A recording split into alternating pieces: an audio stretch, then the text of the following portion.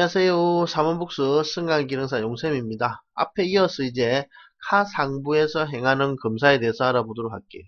카 상부에 뭐가 있을까요? 바로 카를 붙잡고 있는 로프가 있고, 그 로프에 관련된 케이블들이 있고, 그 케이블들에 관련된 스위치라든지 여러 가지 있겠죠.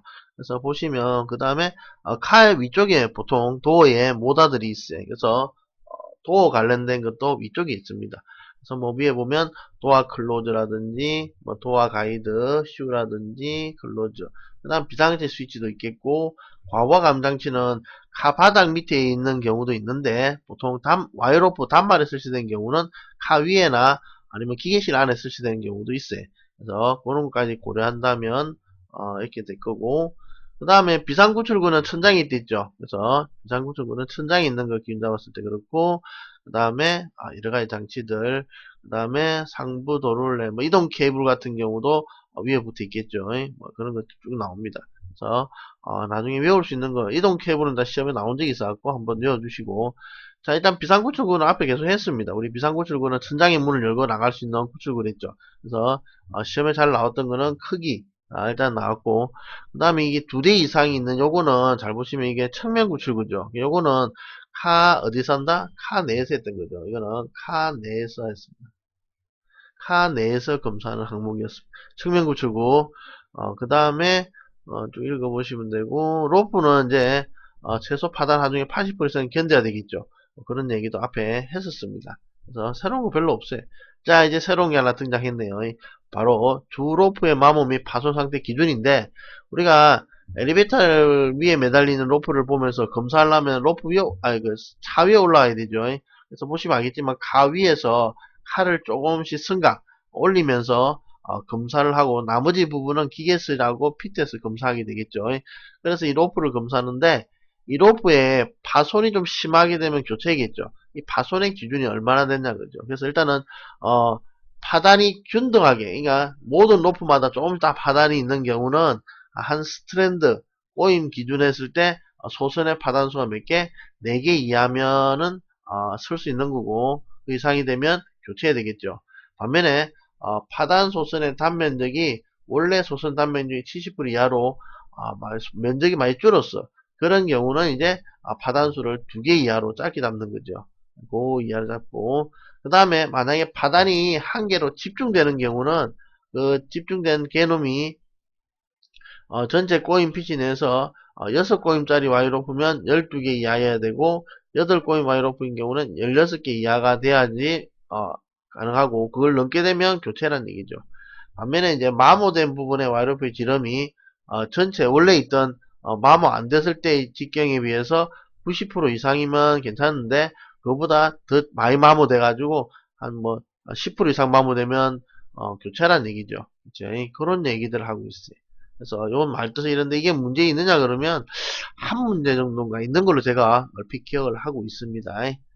자, 그 다음에 이제 카 지붕에는 사람이 올라갔겠죠. 그래서 6번에 나오는 이 카 지붕의 발 보호판하고 보호난간은 뭐냐 그러면, 사람이 위에 올라갔기 때문에 사람이 떨어질 수 있겠죠. 떨어지거나 그런 걸 방지하기 위해서 높이는 한 0.1m, 한 10cm 이상으로 발 보호판을, 발이 뒷걸음치다가 빠질 수 있으니까 그런 걸 설치해야 되고, 그 다음에 난간도 있어야겠죠. 보호난간은 그 다음에 벽까지 수평거리가 3cm를 초과하는 경우에 설치를 해줘라 이런 얘기입니다.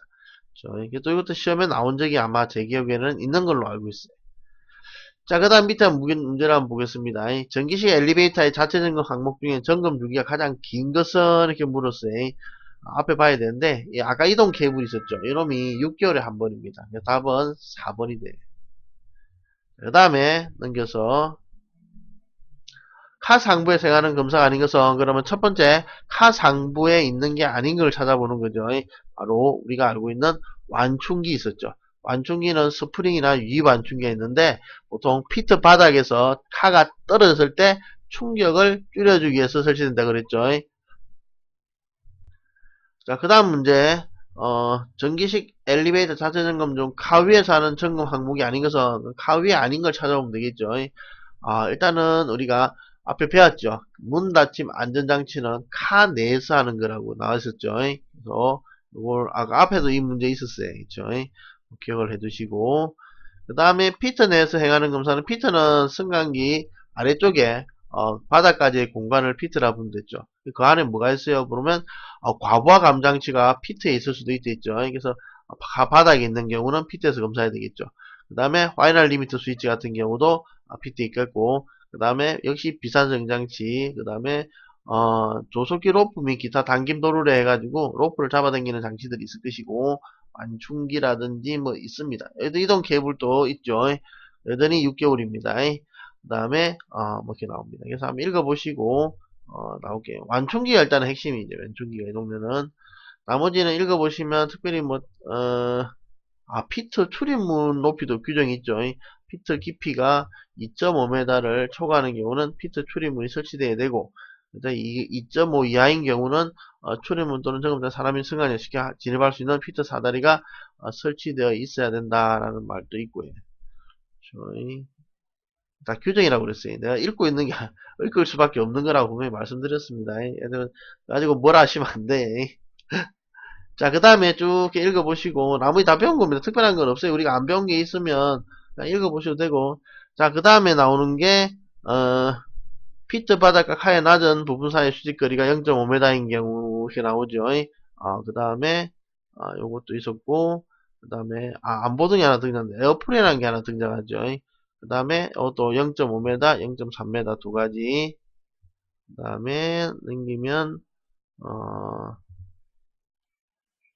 자, 문제를 바로 풀어야겠네.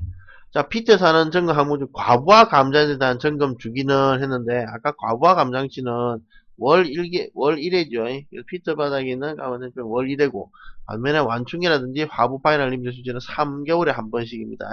그래서 답은 1번이 될 것이고, 그 다음에 또 피트에서 하는 검사가 아닌 것을 물었는데, 아까 비상구출구는 어디 있댔어요? 여기 특별한 말 없으면 위에 있는 거랬죠. 그래서 상부에 있는 거라서 카 상부에서 하게 되겠죠. 답은 4번이 됩니다.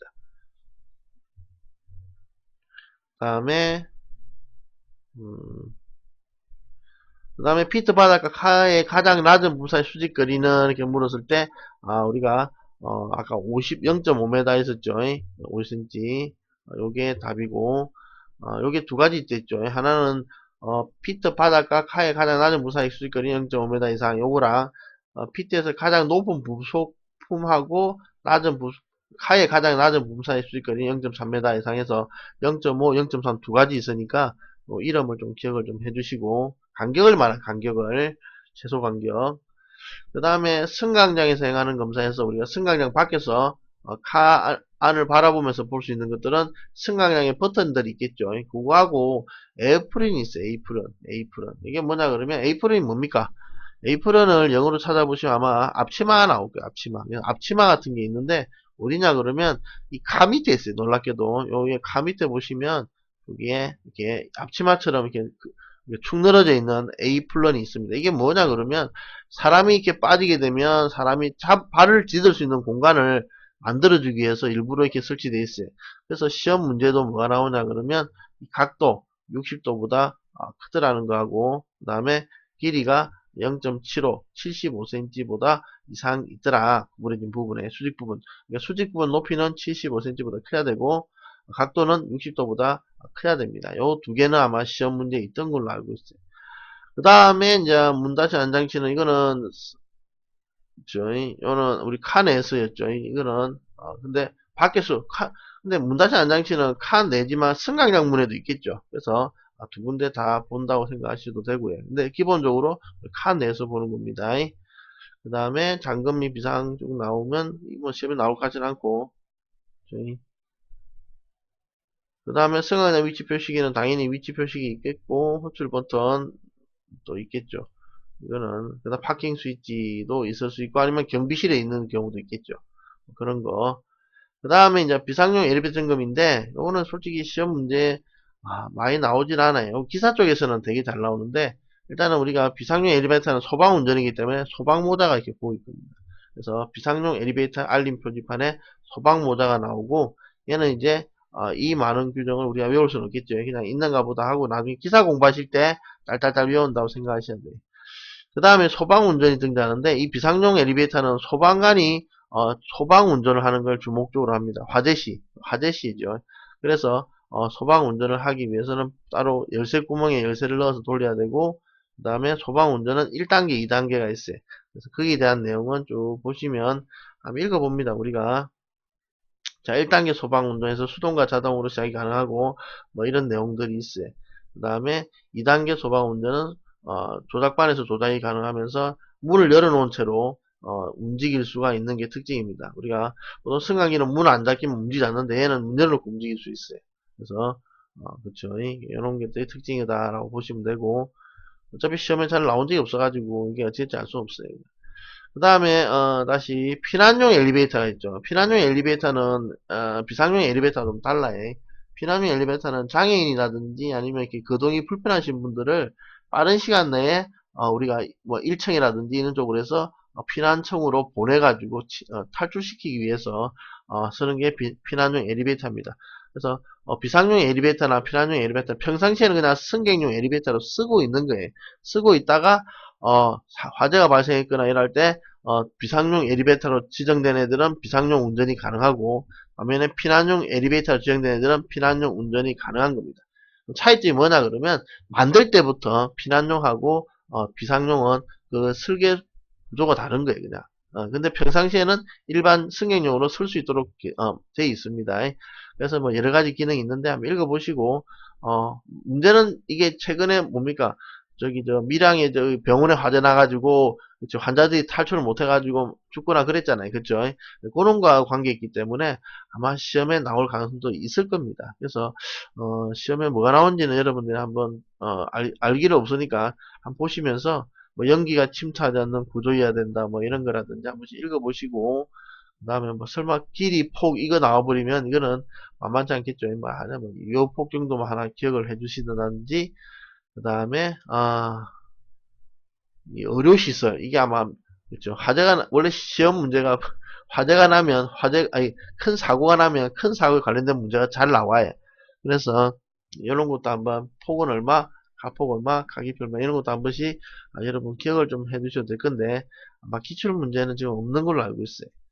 그 다음에 넘어갑시다. 예, 그 다음에 특별한 게 있나 모르겠네. 그 다음에 문 닫힌 안장치가 작동이 무효돼야 되고, 그쵸? 일단은 맞아요. 저 요거 한번 읽어보는 정도만 해주시면 되겠네. 한 번씩 읽어봐 주시고, 그 다음에 이거 많다 이것도. 그래서 한 번씩 읽어서 특징이 뭔지만 한 번씩 이 머릿속에 한번 담아봅니다. 그래서 제가 한번 읽어드리면 또 읽어드린다 뭐라 할 것 같아서 그냥 여러분 읽어보시고 넘어갈게요. 자, 그 다음에 아직도 안 끝났네. 와, 많다. 그쵸? 이 피난운전은 2시간 이상, 초고층 근정문은 2시간, 초고층 근정문은 1시간 이상. 이것도 혹시나 시험에 내면, 원래 숫자들이 시험에 내기 좋아하거든요.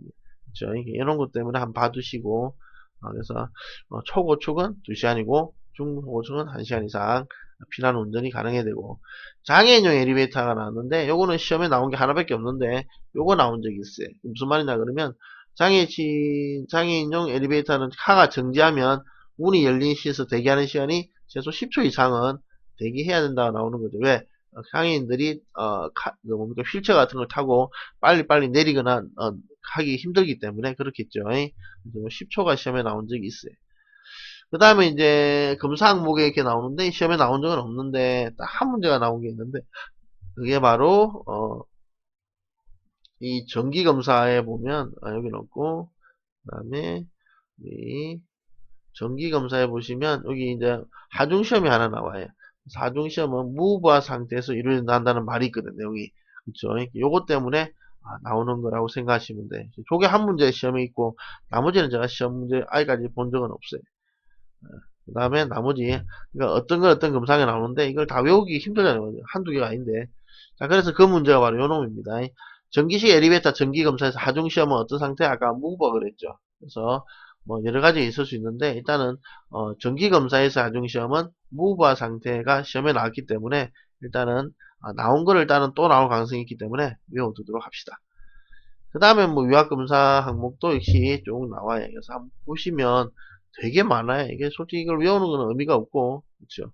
그래서 뭐 이걸 내지도 않을 것 같고 느낌은. 그래서 그냥 이런 게 있구나 하고 여러분이 한번 읽어보시고, 어차피 이거는 전부 다 여러분 법제처에 가보시면 법 내용에 다 나와 있는 거예요. 그냥.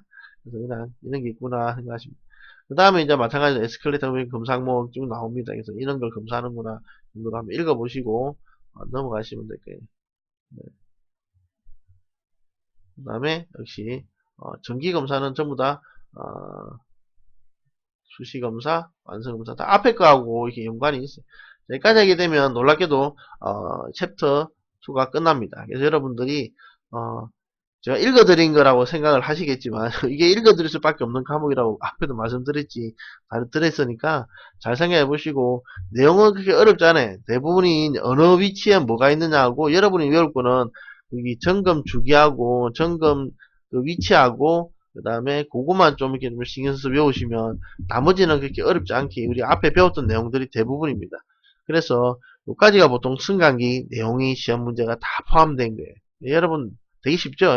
그래서 여러분이 승강기 공부하시는 분들이 대부분 여기까지 보고 나머지 뒤쪽을 좀 버리시는 경향이 좀 많아요. 왜? 여기까지 읽어보시면 알겠지만 그렇게 난이도가 높지 않거든요. 이 정도 난이도가 보통 여러분들이 기능사를 공부하실 때 보통 중하쯤 돼. 중하. 그러니까 중상은 안 되고 중하쯤 됩니다. 완전히 하인 경우는 난이도가 좀 쉽게 나오는 문제도 포함되어 있지만 한 최대 높아도 중하 정도의 내용들이 주로 있고, 가끔 가다가 못 맞추라고 내는 문제도 있긴 있거든요. 그래서 그런 것도 참고를 좀 해주셔야 되는데, 일단은 여러분들 저 많은 내용을 법이기 때문에 다 못 외워요. 그래서 아까도 얘기했지만 여러분들이 나온 문제 위주로 줄을 거 가지고 내가 외울 거를 갖다 정리하는 게 제일 빠릅니다. 그래서 여러분들이 제가 여러 가지 공부를 해봐서 제가 아는데, 제가 전기는 전기 기사까지 다 있어요. 제가 전기 기능사하고 전기 기사는 한 강의를 한 10년 가까이 해봤거든요. 그래서 전기 강의도 한 10년 해봤고,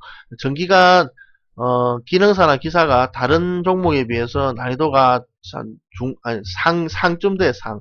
그러니까 전기를 하신 분들이 승강기를 바라보면 왜 이렇게 쉽노라는 느낌이 들 정도로 되게 쉬운 과목입니다. 무슨 말인지 아시겠죠? 반면에 승강기를 공부하신 분들이 전기를 쳐다보면 왜 이렇게 어려워요 할 정도로 굉장히 어려운 난이도를 가지고 있어요. 그게 어떤 차이냐 그러면, 승강기는 대강 읽어보면 무슨 말인지 대강 알아들을 수 있지만 전기는 알아듣지는 못할 정도의 난이도를 가지고 있는 거예요. 그게 이제 좀 이따 뒤에 할 건데, 여러분들이 너무 이 앞쪽 과목에서 너무 어렵게 생각할 필요는 없고 그냥 말로만 들어보시고 그냥 어떤 말인지 그것만 이해해 주신 수준에서 외우는 겁니다. 외우는 거. 그래서 뭐는 얼마고 정해진 거기 때문에 그거 갖다가 내 머릿속에서 어떻게 정리해서 잘 외우느냐가 관건이지, 내가 이거 갖다가 이해하고 이런 과목은 아니에요. 아시겠죠? 그래서 여러분들이 공부를 하실 때 요까지 딱 제가 지금 챕터 1, 챕터 2에서 요까지 해서 우리가 승강기가 끝나죠. 승강기가 보니까 완전히 끝납니다. 이제 끝나고 요 뒤에부터는 이제 이제 기계하고 전기가 등장하는데, 기계도 거기 승강기 기사 수준의 기계는 안 나와요. 안 나오기 때문에 이렇게 어렵진 않고, 그 다음에 그 전기는 승강기 기능사 수준, 전기 기능사 수준보다 쉽게 나오거든요, 굉장히. 그래서 전기를 배운 입장에서는 되게 쉬운 전기 내용인데, 전기를 안 배운 입장에서는 보면 되게 어려운 내용이 될 수 있습니다. 그래서 여러분들이 요까지 해서 전기 뒤쪽에 있는 문제는 이해가 되는 부분까지만 공부를 해보시고, 반면에 여기 나온 내용은 이해고 나발이고 필요 없이 그냥 여러분들이 외우는 거예요, 외우는 거. 그래서 한 번씩 읽어보시고 기초에 나온 거 줄 거 가면서 정리를 해서 외우는 과정이기 때문에 이걸 어렵다고 생각하시면 안 됩니다. 왜냐하면 이거보다 어려운 과목들이 되게 많아요. 그래서 여러분이 승강기를 하고 나면 나중에 전기기능사도 도전을 하셔야 될 거기 때문에 전기가 얼마나 어려운지는 아마 저 뒤쪽에 보면 감을 좀 잡으실 거예요. 그거는 제가 설명을 해도 여러분이 이해를 못하는 상황이 발생하기 때문에 그런 경우가 있습니다. 그래서 여기까지는 여러분이 제가 대부분 얘기를 하면 대부분 감을 잡을게요. 무슨 말인지는. 그 감 못 잡는 거는 제가 밑에 댓글로 한번 저한테 요청을 해주시면 제가 추가로 답변을 해드릴게요. 그래서 대부분 용어 자체가 어렵지 않으니까 용어를 이해하는 수준, 그 다음에 용어를 이해해서 그 내용이 나왔을 때 그 답으로 쓸 수 있는 내용들, 뭐 얼마는 얼마예요, 얼마는 얼마예요 이렇게 물어볼 때 그 값을, 내용들을 답을 내가 적을 수 있게 외운다고 생각하시고 공부를 하셔야 됩니다. 자, 그러면 여기까지 해가지고 이 과목, 우리 승강기 보수까지 해서 마치도록 하겠습니다. 수고하셨습니다.